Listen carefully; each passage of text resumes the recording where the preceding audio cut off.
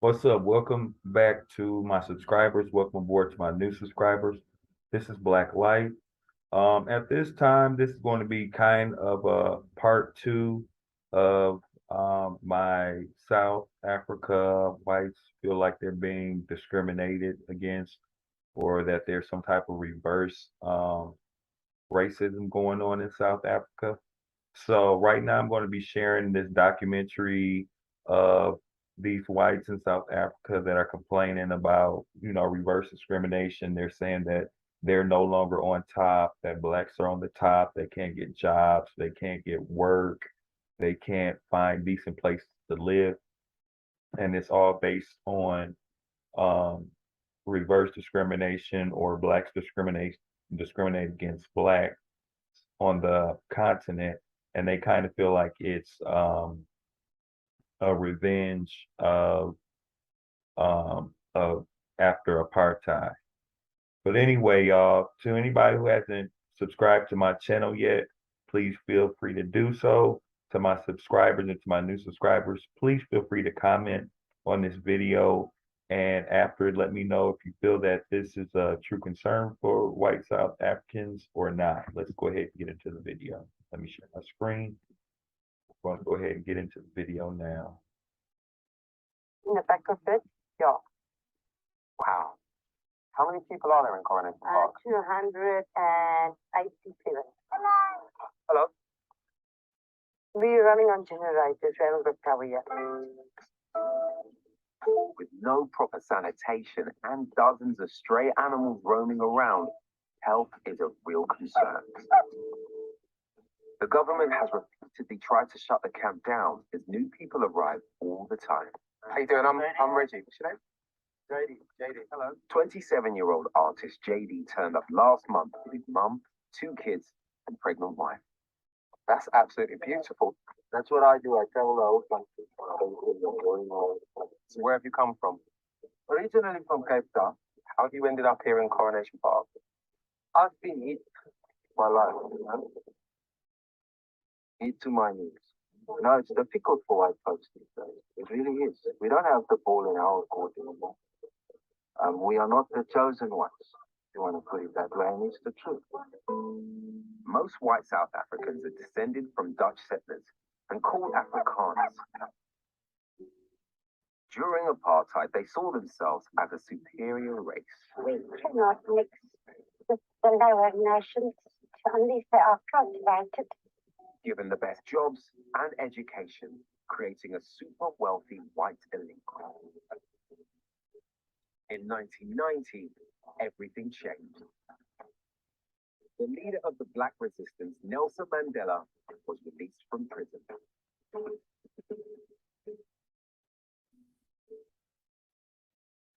While over 50% of privately held assets here are still owned by the white minority,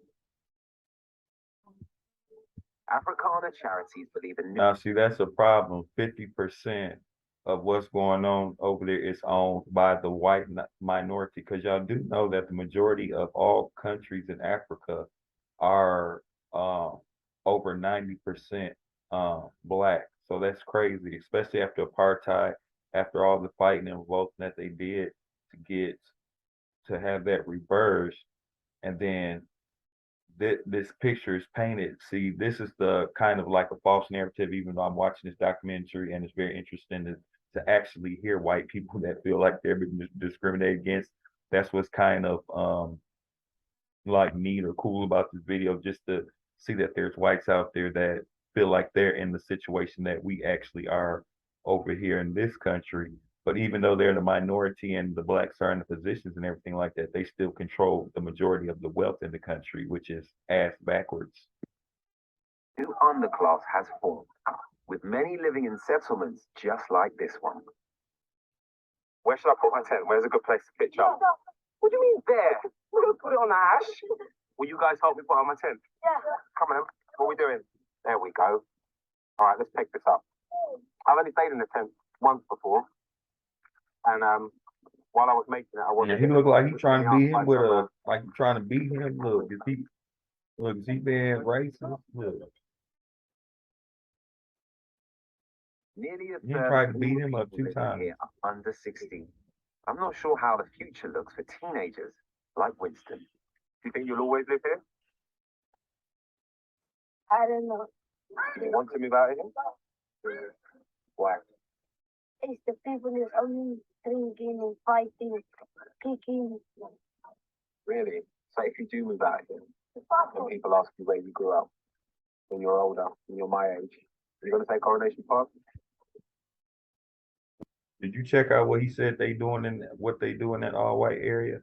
He said he want to move because they always drinking, fighting, and kicking. Why? There's something he's gonna make fun of. You would think in all white towns, the narrative that they paint that nothing would happen, everybody would just be floating around like little angels.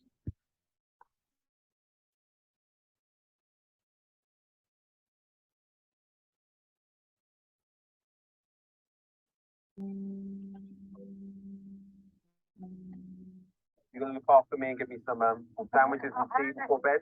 No, I'll give you some food. Can I help out? After dark, all young people flood into the camp. As well as child benefits, many residents survive on handouts, including hot drinks and sandwiches given out 3 nights a week. You always them how much coffee they want. See hoeveel? Hoeveel? Koffie. Koffie. Drink jij. Drink jij? That's fine.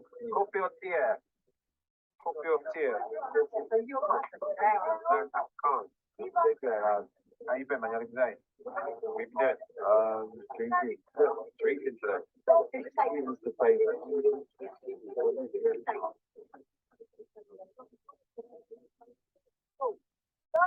Hey, evening. Little much. I didn't think about what the rain would do here. Unemployment here is very high. One person who does have a steady job is Irene's son, Harry. He works as a welder. Hey, Harry. I'm good, thank you, man. I've not met you before. I'm Reggie. Hello. Hello, lovely to meet you. Is that your wedding pictures, I think? Yeah. You scrub up well, doesn't he? Yeah. He looks good in the suit. Flowers from the wedding day. Yeah. I don't want to throw them away. Yeah, right. Despite Harry working, his wage isn't enough to cover rent for a proper house for his wife and 3 kids. Just how difficult is it to raise a small child in a place like this? It is difficult because the generator is on, but when you sleep at night and you wakes up, the generator isn't on. Then you must struggle to get light whatsoever. Oh. And there isn't always hot water because you must make fire to get hot water. So yeah, that's a problem. Do you worry about how healthy a situation it is for him? Because I'd imagine it's probably quite easy for him to get ill. It's dirty. No. Especially with the small one and Xander, they get sick fast, you know? It's not a place to live here. Not for the children. Can't live here. I tried my best from the start. I was working since I was 16, you know? And from then I just tried, you know? Build up my education and try to be what I am. You look quite emotional. Yeah, when it comes to my kids and my wife, yeah. What is it about your family that makes you so emotional? I think it's because I know I try hard, you know. Maybe I don't try hard enough. I don't know, but to see them suffer like this, it makes me. Do you think our children are suffering? Well, they don't have the life what I want for them, you know, and I think that for them is suffering, you know.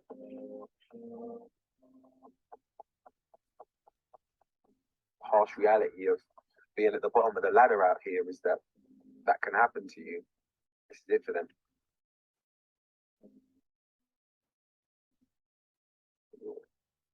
Come and keep you awake, wouldn't it?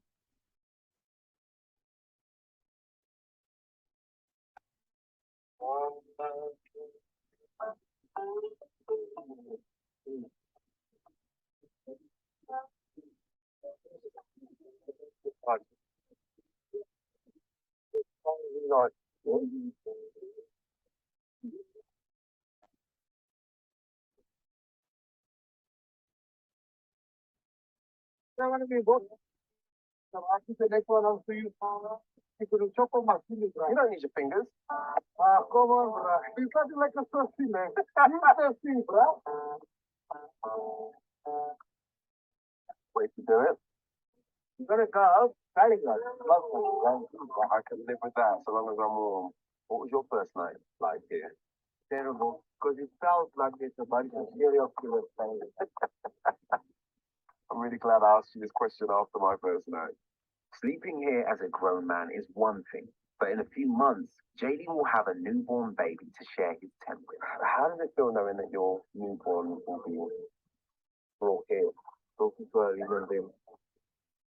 They all know about the baby coming. Yeah. And I know in my heart that it will be okay. Because they're going to help. They will help.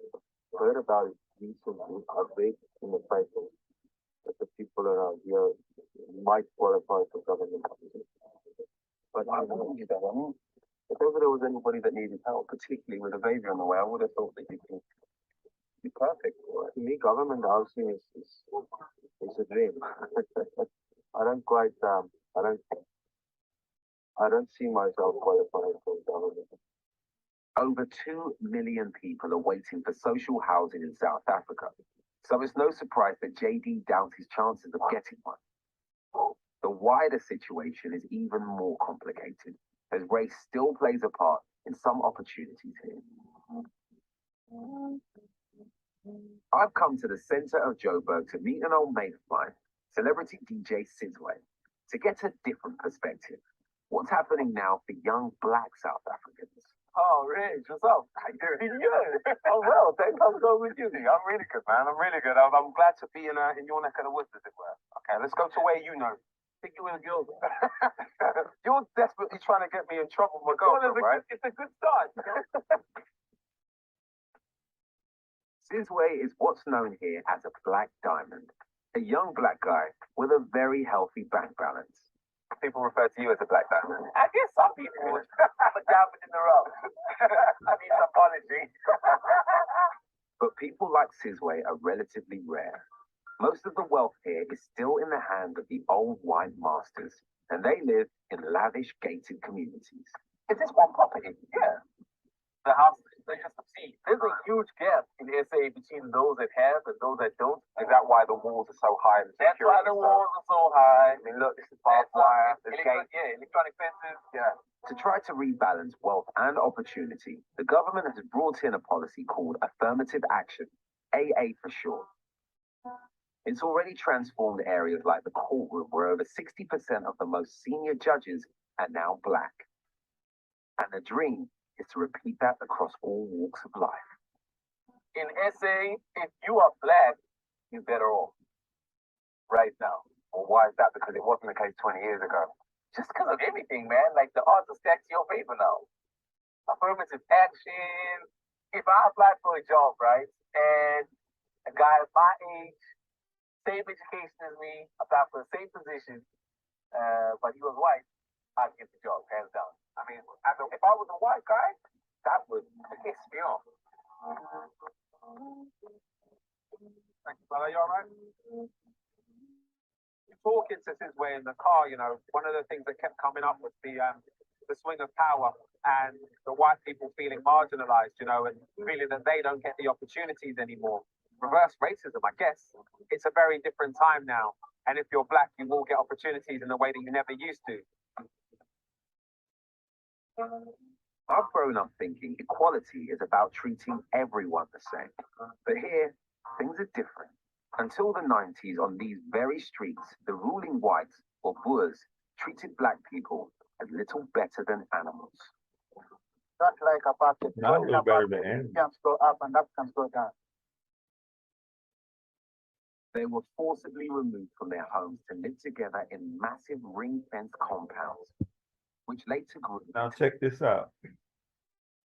Now this is the story over and over and over and over again with Europeans. This is what they do. Now this is how we got to where we are in my other video with South Africa wanting to take their land back. And the reason why the boards are so scared as far as with the farm killings because of the way they came onto this land. These people was over on this land, minding their own business, doing them, and then this is what y'all did. And now that's why y'all over there scared. Townships. Everything was ruthlessly enforced by the white regime.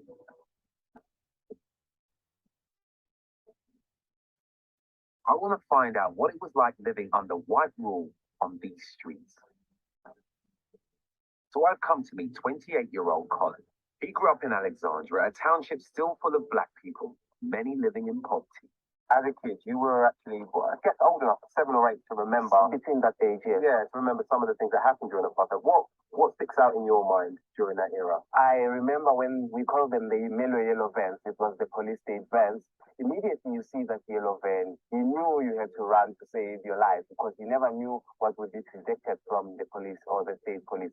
Because at times they would just literally stop to beat you up or not want you to congregate in the streets in groups. And even today, you know, police are not the most likable people in the township, for example, for that matter. People see a police van, they see their enemy. In the mind of somebody like myself from the UK, when we think of segregation, the first thing that comes to mind is the US in the 60s and the struggles of black people in America.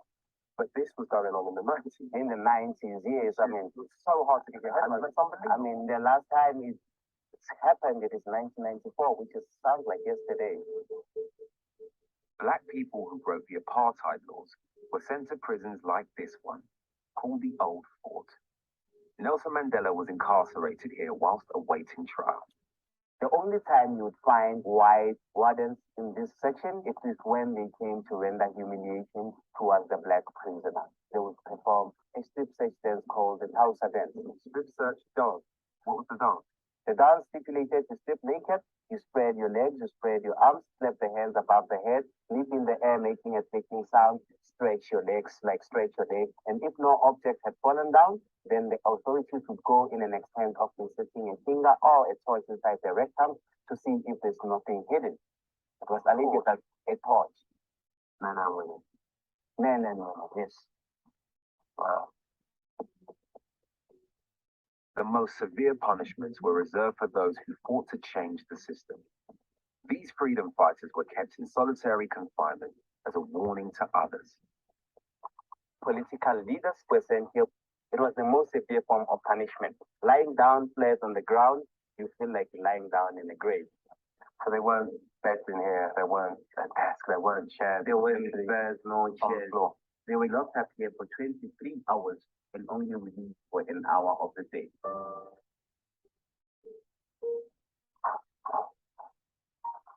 This is where prisoners are chained to.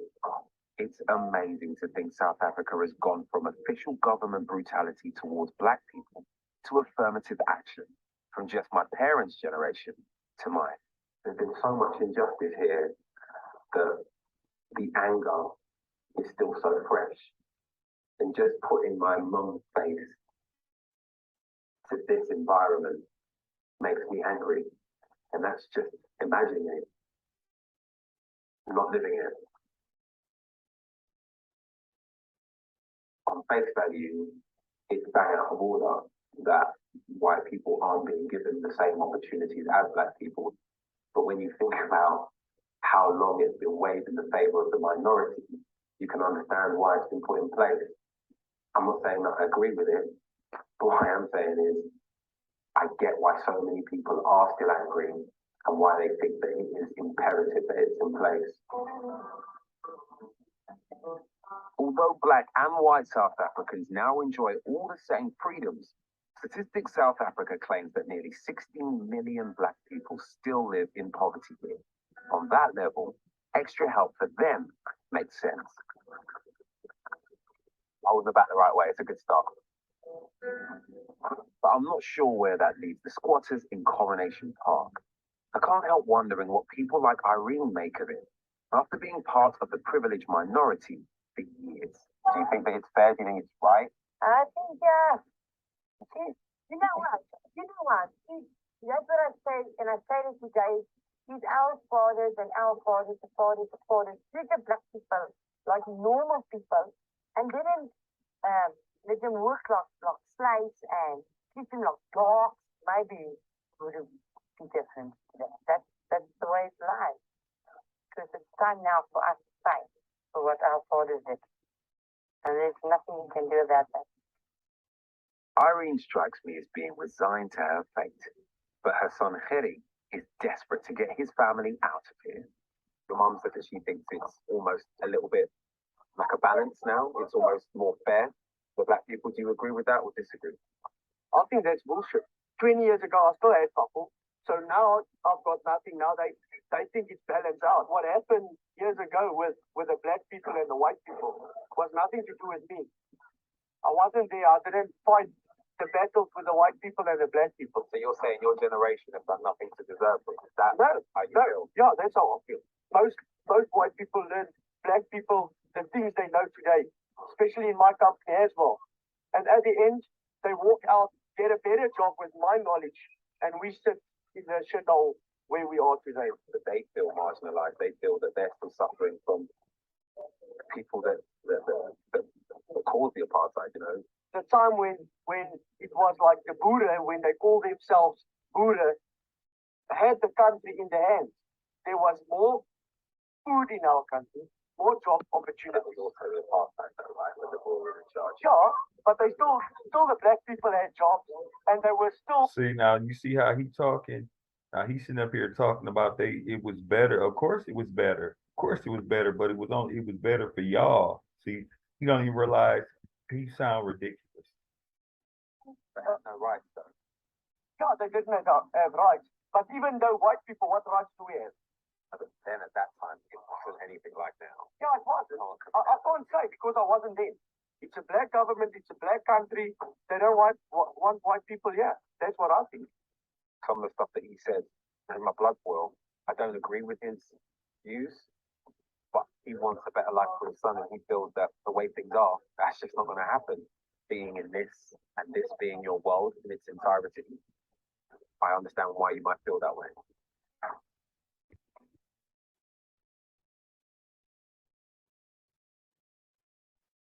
This was just so interesting to me, y'all, because it's just to see, it's crazy to see that these whites are going through the same thing that how blacks in so many countries feel.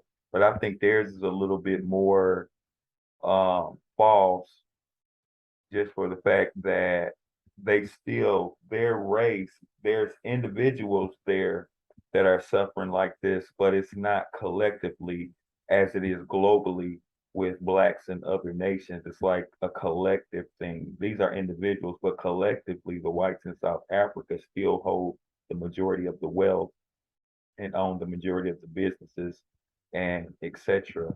in South Africa. But they're about to start talking about affirmative action and whatnot. Resentment for young people in South Africa. And how different this place is in the dark, isn't it? It's a bit more intimidating.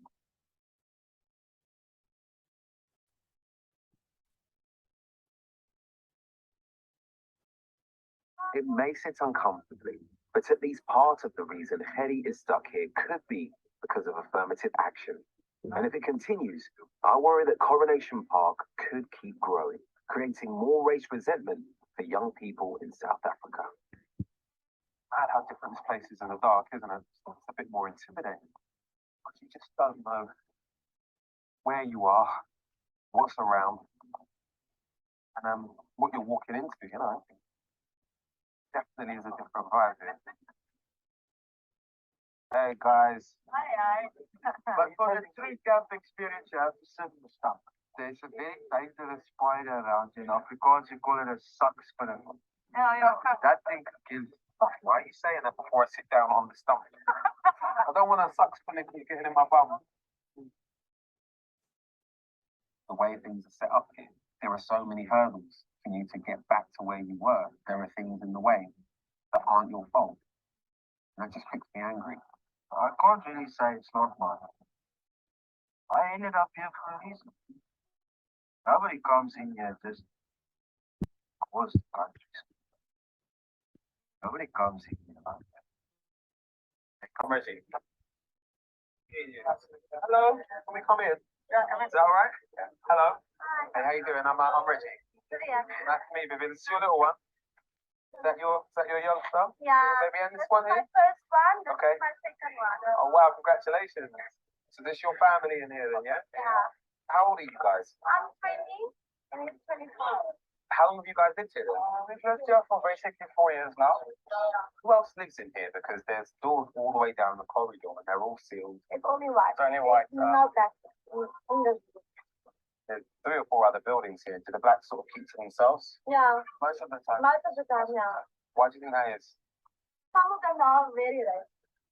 And inside here, they're also very right. They're very Yeah, racist. most of the people, if they do know you and they do have respect for you, they actually just intend to leave you alone. You leave them alone and we leave you alone. The only other place where I've heard someone speak like that is prison. That's the only other place where I've heard people speak about That's like that. looking after yourself. Is that how you say? That's how it works. Do you know what? I'd love to see the rest of this building. Is it possible for you to show me around? Can I see some more? That's a good dog down here. Yeah, no kidding. My grandmother's staying, yeah. Well, Vivian's grandmother actually. Wow. Look at how they live in. Yeah, well, it's Now, the you know mother good that wants well it. It's the the white people grandmother never of thought Vivian's mother that actually got us. that they would be living like that. So what's this But to here? be truthfully honest, this is really what they come from. And I'm not being racist, I'm not being prejudiced, I'm not being discrimination or nothing like that. But historically, this is actually the way that Europeans actually live. This is actually the way that they live. If you study their history and where they come from, the start of Europeans, this is the way that they live. It's shared. Everything's shared, but unfortunately, not everything works either. The toilets, they permanently black. These tubs, they don't work at all. They got water, but only cold water. Yeah, showers. Look at that. Out there, yeah. That's what I have here for now.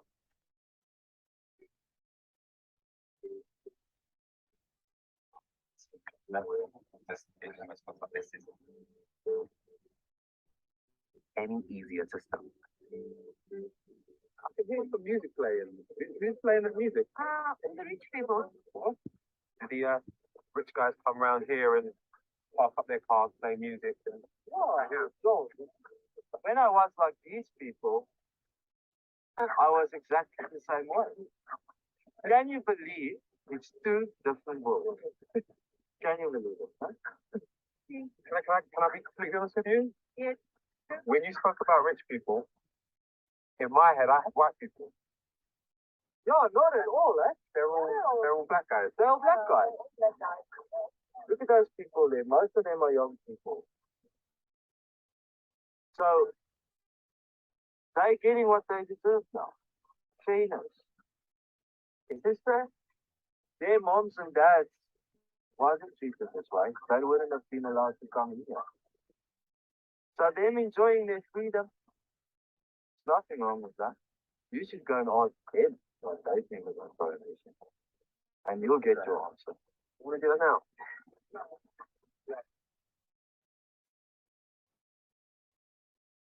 How you doing?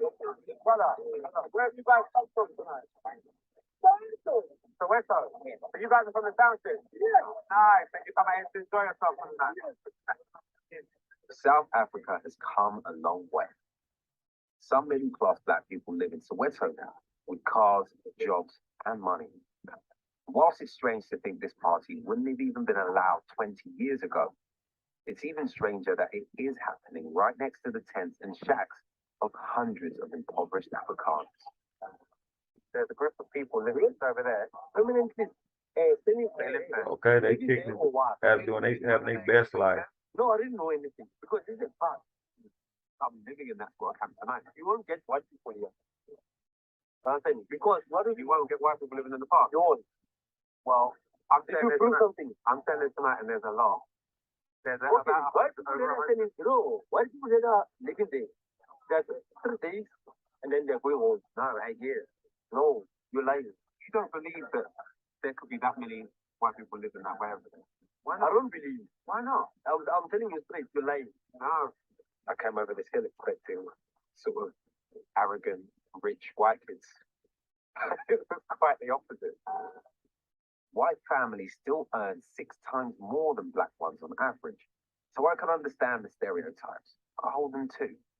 But if black people can't even accept white poverty, I can't see a way out for JD, Hardest, and Hilly. I'm on my way back to see Hardest.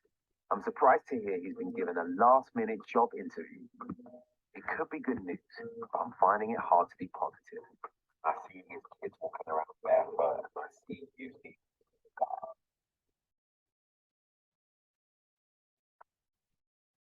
That would be fun. So what's the situation with AA? I'm hoping that there's no such thing and there's opportunity. But to take his family out to South Africa.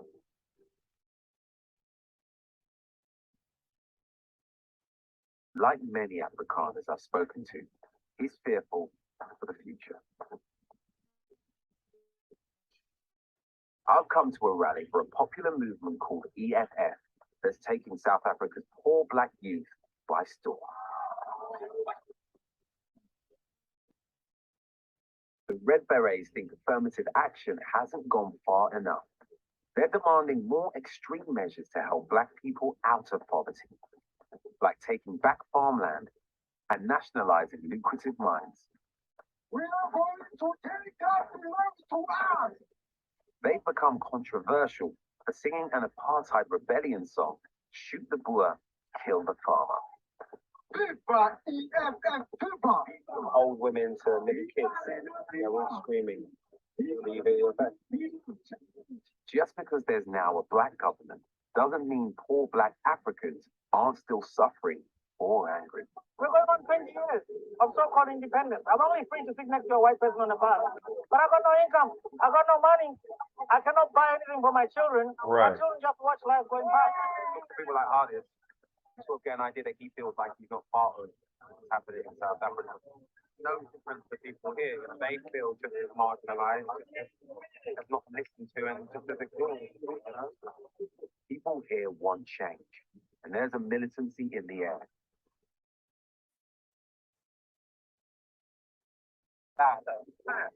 When their commander-in-chief, Julius Malema, turns up, he gets a welcome that David Cameron could only dream of.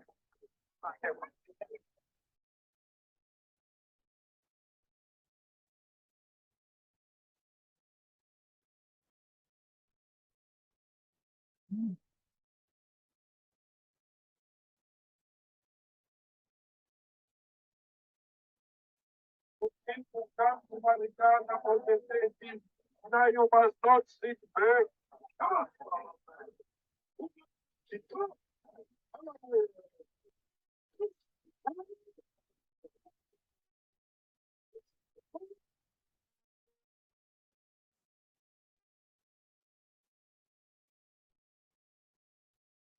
I've been here, I've heard about this Kill the Boer song. Clearly, Malema has become hip to that because, you know, it's something that's really sensitive to the Boer Afrikaans population out here. He's now changed the words of the song to Kiss the Boer. The funny thing is, that's quickly followed by people going pow pow. Different words, pretty much the same meaning, huh?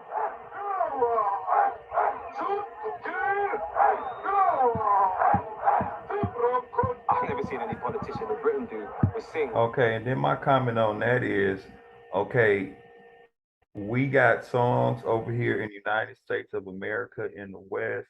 Long as it's about killing black people, killing each other, it's good, it's cool, it's not a problem with that. But then when you see a song like Kill the Boer, Kiss the Boer, and then they go boom, pow, pow, pow, then that's such a big issue. And everybody, even you could tell the look on his face, he thought something was wrong with that. But then he'll go listen to an up-to-date rap song or something like that where it's talking about spraying somebody, shooting somebody, killing somebody, then there's nothing wrong with that. See, that's my problem with that, as far as with them having a problem with that song. But then they can go listen to all these rap songs, which don't get me wrong, I don't got nothing against hip hop or rap or nothing like that. Don't get me wrong, I like a lot of it. You know what I'm saying? But I'm an adult, and people who are mature understand that it's an expression and it's art and it expresses some people's part of the Black community's situations and lifestyles. But it's entertainment. But then a song with somebody else, with some white folks getting killed, then it's just such a issue. The people and sing traditional songs. Yeah. And he sang the Kill the Boer song, but he changed the words to Kiss the Boer. Yeah, no, Do you think it's a fair song? Yeah, it's a fair song. Yeah, kissing the knowledge. You don't want to fight. We want to fight spiritually, not physically. We don't want to fight with guns and whatever. We have to fight knowledgeable, knowledgeable. And we have to fight with knowledge.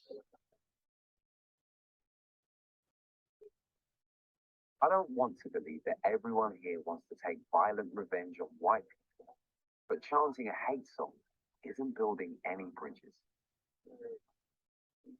A few years ago, Julius Malema was tipped as a future president, but he's not someone many people in Coronation Park would vote for. Why do you think that so many black people in townships are supportive of Malema? Because they want to kill us. It's shocked, right?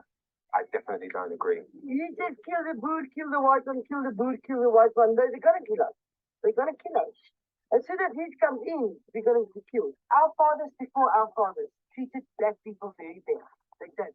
And I think Julius Malema wants to just turn it around. But it's wrong. It's wrong. So why do you want to treat us like this? Because for what happened that time of year. It was a long time ago, but it's not that long ago.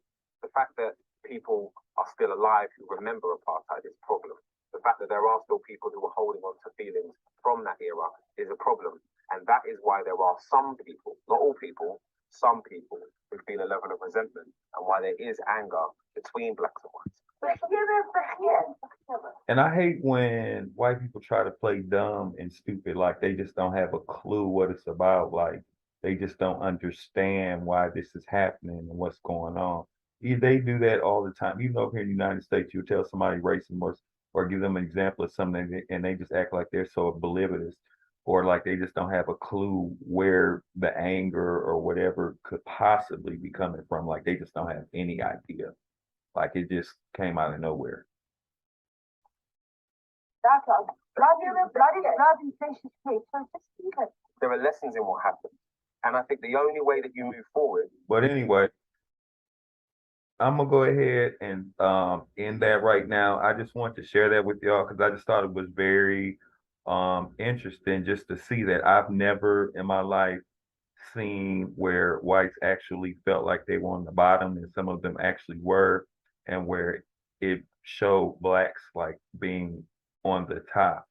But originally, that's exactly the way that it was. If we really go back in history and study history, that's exactly the way it was. So these people on there complaining, and like I said, it's not a collective thing. The documentary kind of makes it seem like that's like a majority thing going on, but there's still lots of blacks struggling and living in poverty in Africa, but there's a whole lot of rich black politicians and stuff and etc. that are doing well. So this is Black Light. Like the video, please make comments. Let me know what you think about this video, seeing whites claiming that they're being discriminated against and that they need affirmative action and the government's not helping them, etc. Just let me know your opinion and what you think about this video. Like the video, subscribe to my channel if you have not. And this is Black Light. That's all for now, and I look forward to speaking with you soon.